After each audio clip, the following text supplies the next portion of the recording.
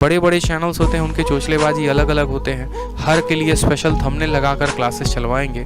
बच्चों को भी लगता है नहीं स्पेशल यूपीएसआई की क्लास चल रही है, भागो।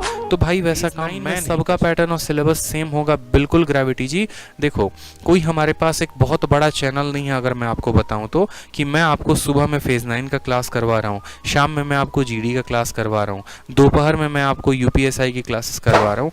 अल्टीमेट अगर आप कंसेप्ट को समझेंगे ना, ठीक है, तो जितना पेचीदा बनाओगे उतना मुश्किल है किसी कैंडिडेट के लिए। ऐसा नहीं होता कि हाँ यहाँ जीडी के लिए कुछ और पढ़ना है, फेज़ 9 के लिए कुछ और पढ़ना है, यूपीएसआई के लिए कुछ और पढ़ना है। थोड़े थोड़े टॉपिक्स वेरी करते हैं।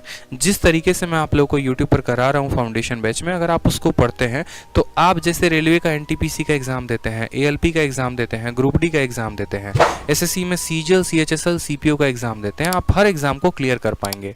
और ये मेरा खुद का पर्सनल एक्सपीरियंस है, क्योंकि मैंने इन सभी एग्ज़ाम्स को क्रैक किया हुआ है। ठीक है, कोई ऐसा एग्ज़ाम नहीं है जो मैंने नहीं छोड़ा है, इस बात को ध्यान दीजिए। तो हर किसी के लिए अलग अलग पढ़ाई नहीं करनी होती है, थोड़ी बहुत बातों का अंतर होता है, थोड़ा बहुत सिलेबस का अंतर होता है। जैसे यूपीएसआई में सेट थ्योरी आ गया, उसको अलग से पढ़ना है, प्रोबेबिलिटी आ गया, उसको अलग से पढ़ना है। लेकिन कभी ऐसा नहीं होता कि नहीं यूपीएसआई का प्रतिशत में कुछ और दिया जाएगा और जीडी के प्रतिशत में कुछ और सवाल दिए जाएंगे, ऐसे नहीं होता है। ठीक है, अब जो बड़े बड़े चैनल्स होते हैं उनके चोचलेबाजी अलग अलग होते हैं। हर के लिए स्पेशल थंबनेल लगाकर क्लासेस चलवाएंगे। बच्चों को भी लगता है नहीं स्पेशल यूपीएसआई की क्लास चल रही है, भागो। तो भाई वैसा काम मैं नहीं कर सकता। ठीक है, इस बात को ध्यान रखिए। जो कंसेप्ट है मैं आपको वो देना चाहता हूँ। यहाँ पर पर्टिकुलरली उस तरीके से थंबनेल बनाकर बेवकूफ़ नहीं बनाना है। ठीक, चलिए।